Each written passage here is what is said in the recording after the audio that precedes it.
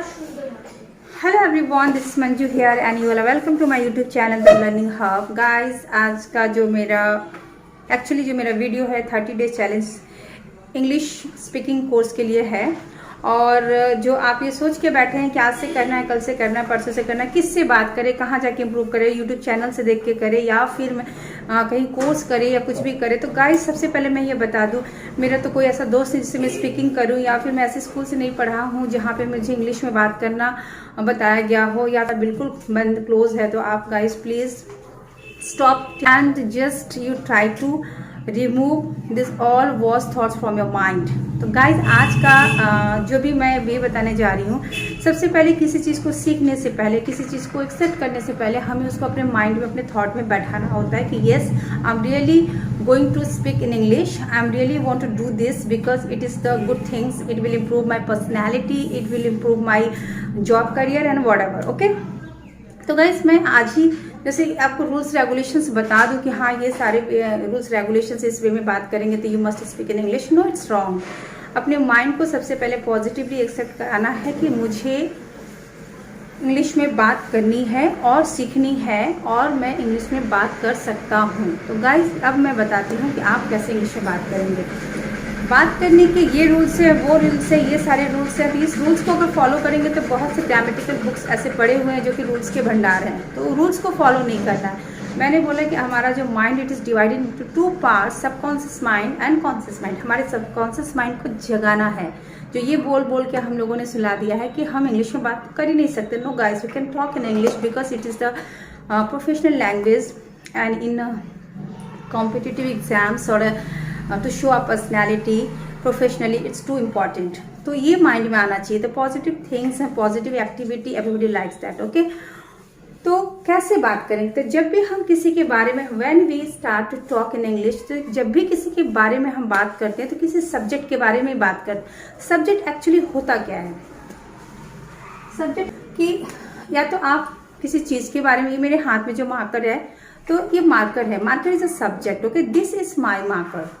मैंने बोला अब मैं फिक्स टुडे। तो हमें इस बात का ध्यान रखना है, जब भी हम स्पीकिंग करते हैं, स्पीकिंग के एक्सप्रेशंस होते हैं। जैसे हिंदी में बात करते हैं हम लोग तो उसके एक्सप्रेशंस होते हैं, वैसे ही हम जब इंग्लिश में बात के एक्सप्रेशंस होते हैं। तो गाइस, हमारे बोलचाल की भाषा का जो भाव होता है, जो एक्सप्रेशंस होता है, it is divided into 4 parts. मैं बताऊंगी आपको, ठीक है? मैंने पहले भी वीडियो में जब सेंटेंसेस पढ़ाया मैंने, तो उसमें डाला हुआ। अभी मैं स्पीकिंग की बात कर रही हूँ। एंड सेकेंड वन, आप जब भी बात करने की कोशिश करो, पहली तो बात, जो वर्ड मीनिंग्स होते हैं, वोकैबुलरी होते हैं, वो सारे हमारे माइंड में धीरे धीरे एडजस्ट करना होता है कि अगर इंग्लिश में बोलेंगे तो कैसे बोलेंगे। दूसरा होता है, बहुत इंपॉर्टेंट रोल्स है हमारे लैंग्वेज को एक सेटअप में बैठाने के लिए। अभी जब हम ये कहते हैं कोई ग्रामेटिकली रूल्स की नीड नहीं होती है स्पोकन इंग्लिश में, वो no, it's wrong because this is different language. According to me, it's must to know exactly if I want to speak in English. तो कोई भी सेंटेंस स्टार्ट होता है सब्जेक्ट से, कोई भी सेंटेंस स्टार्ट होता है सब्जेक्ट से, उसके बाद होता है वर्ब, उसके बाद होता है ऑब्जेक्ट। ये एक्शन वाले सेंटेंसेस हैं, ये एक्शन वाले सेंटेंसेस है। तो कोई भी जब वर्ड होगा, सब्जेक्ट, वर्ब एंड ऑब्जेक्ट। तो सब्जेक्ट का मतलब होता है नाउन एंड प्रोनाउन। गाइस, क्या होता है नाउन या प्रोनाउन? नाउन और प्रोनाउन क्या है? जो कि noun is the name of person, place of things, and pronoun is a word which used in the place of noun. यानी नाउन जो सारी, जो भी चीजें हम, जिसे हम टच कर सकते हैं, वो सारी चीजें, जिस चीज को हम फील कर सकते हैं, महसूस कर सकते हैं, वो नाउन है। प्रोनाउन उसकी जगह पे हम यूज कर सकते हैं, replacement of noun, that is the call pronoun. उनको एज अ लैंग्वेज में हम सब्जेक्ट की तरह यूज करते हैं, ठीक है? उसके बाद आता है एक्शन। अगर आपकी स्पीकिंग में एक्शन है, सब्जेक्ट के साथ एक्शन है, तो action, to know about action, it's very important because it shows your expression in which way, किस वे में आप बात कर रहे हैं, आपके कहने का मतलब क्या है।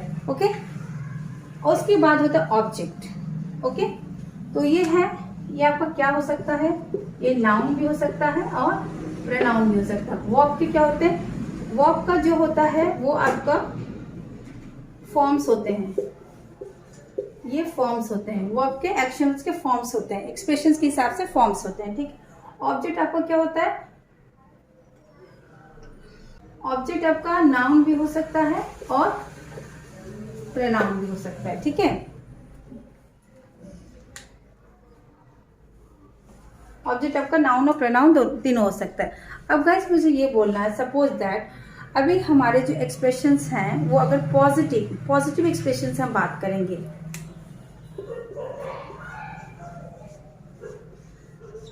डे 1 हम पॉजिटिव एक्सप्रेशंस में बात करेंगे। पॉजिटिव एक्सप्रेशन हमारा क्या हो गया, मतलब एकदम सीधी सादी बात जिसमें ना तो हम मना कर रहे हैं ना किसी से क्वेश्चन कर रहे हैं। अब किसी एक सब्जेक्ट को लेते हैं, अब हमारा वर्ब एक्शन जो है वो फॉर्म्स में मैंने क्यों लिखा है, सपोज दैट हम प्रेजेंट टेंस में बात करते हैं। तो आप लोगों ने अगर पढ़ा होगा, नहीं पढ़ा होगा तो मेरे वीडियो ऑलरेडी इसमें है, और अगर आपको जानना है मेरे से इजी वे में मैं बता सकती हूँ तो आप मेरे कमेंट बॉक्स में जाके कमेंट करें, मैं उसका वीडियो बना के डाल दूंगी।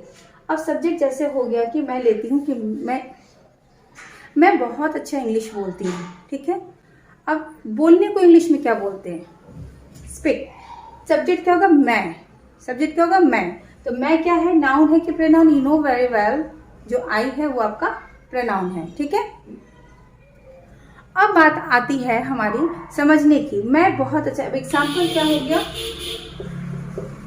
अब एग्जाम्पल हो गया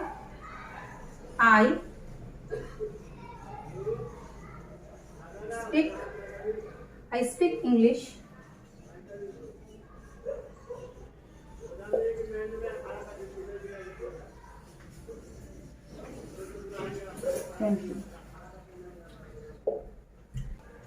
अब हो गया मैं जो एक्सप्रेशन आज का बना रही बात करने का। आप लोगों को अगर आप हिंदी में बात करते तो एक चीज समझिए कि जब हमारे एंड ऑफ सेंटेंस में ता है, ती है, ते होता है, तो उस तरह के सेंटेंस और पॉजिटिव एक्सप्रेशन में बात करनी है तो एग्जैक्टली हमें रूल्स बैठाना है, ये रूल्स बैठाना है आपको। तो अब सब्जेक्ट हमारा आई है, आई के साथ हमेशा वर्ब का फर्स्ट फॉर्म यूज करते हैं, और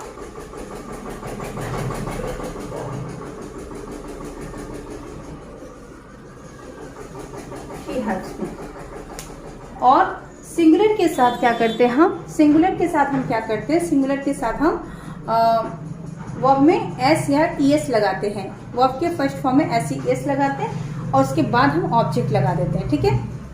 तो हमारे बताने का मतलब है, this is the expression I am going to tell you about present indefinite. यानी प्रेजेंट सिंपल वे में अगर हमें इंग्लिश में बात करनी हो तो सबसे पहले हम क्या करेंगे, डे 1 का हमारा फॉर्मूला जो है मैं बताऊंगा, वो सब्जेक्ट होगा, ठीक है। उसके बाद वर्ब एक्शन वर्ड होगा, ऑब्जेक्ट होगा, ठीक है।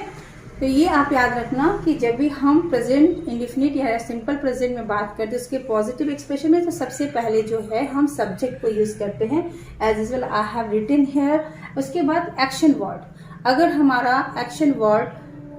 अगर हमारा सब्जेक्ट जो है सिंगुलर होगा, singular means one person I am just talking about, तो उसमें हम क्या करेंगे, वर्ब का फर्स्ट फॉर्म लगाएंगे, वर्ब के फर्स्ट फॉर्म में ऐसे ईएस लगाएंगे, उसके बाद ऑब्जेक्ट लगा देंगे। And you just try to make at most or at least I can say 5 sentences and put it 1 or 2 sentences in my comment box। मुझे याद रखिएगा, अगर आपको इंग्लिश में वाकई में बहुत अच्छे से बात करनी है, फ्लुएंट बनना है, तो इसके लिए आप जो है writing, reading and listening and speaking, starting में आपको चारों पे फोकस करना ही पड़ेगा। You will have to focus on 4th way, so that's why it will improve and support you to speak in English. It will take little more time, but you must start today and just now. Okay guys, take care. And I thought you have understood all the rules, regulation which I had taught you, and I think it is easiest way which I have taught today. Just only focus on this way and it will support you to make your language and 5 word meaning every day.